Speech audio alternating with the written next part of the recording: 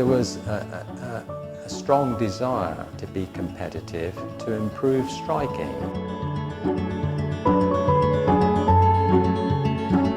I can't remember the quote offhand, but it is basically to encourage call change ringing.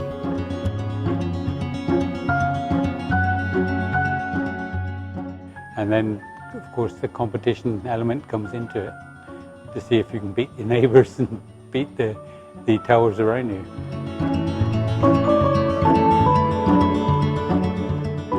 And even though we sort of go around to competition ringing, we'll all help each other out. If someone's short of a ringer, you'll go in and ring for their team. And you won't sabotage it, you'll try and win if you can with their team. Yeah. And it's weird. You get accused afterwards, you don't ring as well as that when you're ringing with us. Yes, I know. The competition I see as the fellowship of the bell ringers, having a good time together and to strive for excellence and to challenge each other, really. As the old captain used to say, he said, I played cricket, he said, I played football, he said, I've played skittles, he said, and I've done bell ringing. And he said, the camaraderie in bell ringing is superior to any of it.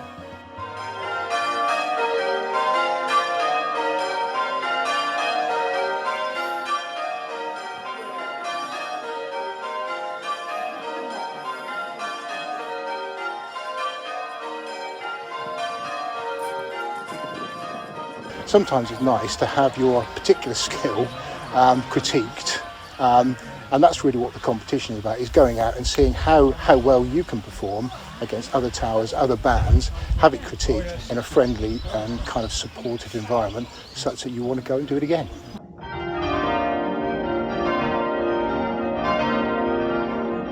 I've always thought it a little bit odd that bell ringing's a competitive sport. It did seem a bit peculiar to me, but I can see why the bell ringers do it. They've got a real desire to get better.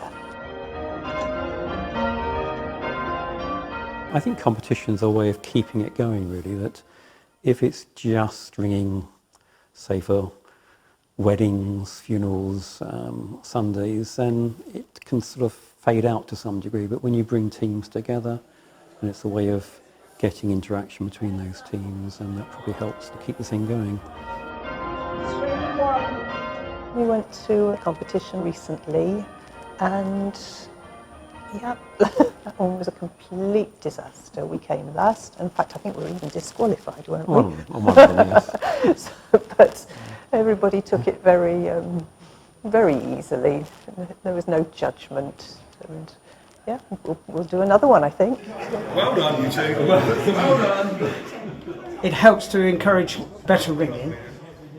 Just running a sort of a novice team, and you've got to start somewhere. So by having competitions like this, it gives them something to aim for in the future, and hopefully they'll get better. It's down to Mary now for the top team, so they should win today.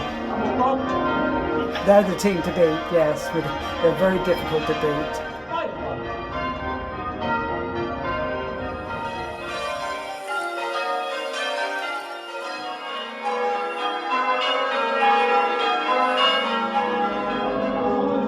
You're trying to judge so much through something as basic as a piece of rope, because every bell is different. You know that every bell might handle differently, go differently, and it's learning how to get it to strike evenly.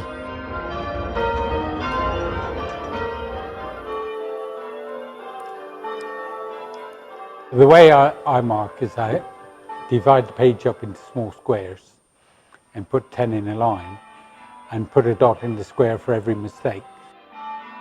A dot for a quarter of a fault is a bell just out, either too tight or too wide. If there are two bells clashing, then it's a full fault. One dot counts as a quarter of a fault. So when you've got 4 dots, you've got a full fault. And when you've worked across that line, you've got 10 faults. For one judge to judge 12 peals and be consistent throughout the whole day is quite difficult. So if you have 4 judges, that levels out that inconsistency. and should give you a better result. Bell ringers like competitions because it makes them concentrate more and get more out of the bell ringing and keep practicing, because the perfect peal has never been rung.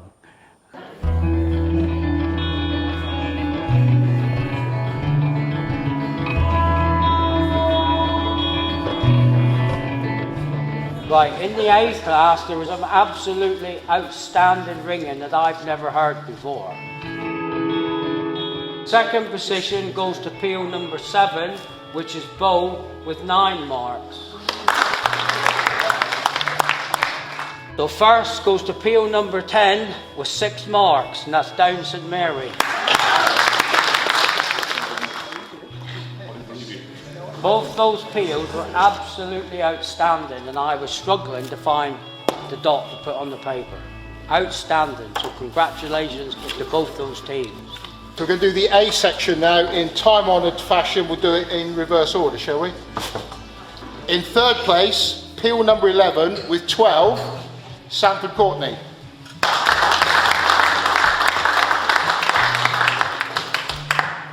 In 2nd place, with 11.5, peal number 10, down St Mary.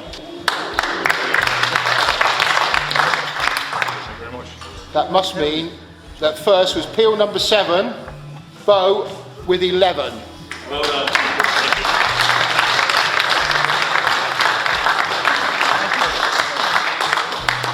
This means a lot to us today. It's the first time we've beaten down St Mary this year, and yeah, and it's good to do it. What happened today? The better team won. How's that? It's friendly rivalry. Yes, we all want to win. It's very much to improve the quality of the ringing, and it does. You up your game, you know, and when you get to the top level, you know, the minutest difference is key.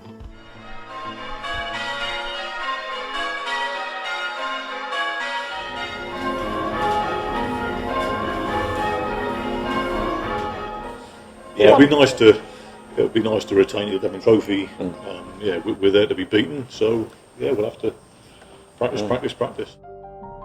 But there are a number of teams that on their day can win that. I think there are 5 or 6 teams in Devon now that could quite legitimately stand a good chance of, you know, winning it, and that's got to be a good thing, because I think, as Bob said, I mean, you know, Egg Buckland dominated the competition from about 1980 through to when they last won it in 2016, and there are a number of good ringers ringing for good teams that never won that. I think over the last 6 years it's been won by 5 different teams. So, you know, it's opened it up a bit. Yeah, it would be nice to be honest. Again. Yeah. Wonderful. We record everything we ring. So generally, when the evening ring is finished, 1-3. might go and have a drink, go home, put that onto the PC, and then email the recording out. 5-4. And the other side of that is that very often bells sound different outside than they do inside. 3-1. So even though you think, oh, well, that's a nice pitch, you listen to the recording and think, well, actually, it's a little bit high, we could come down a bit, or vice versa, maybe take them up a bit. But, so yeah, it's about listening to the bells and the way the bells sound outside. 3-1. And generally, if we have a competition, we know where the judge is going to be sat. You put it somewhere near where the judge is going to be. So you hear what he's going to hear. Last one.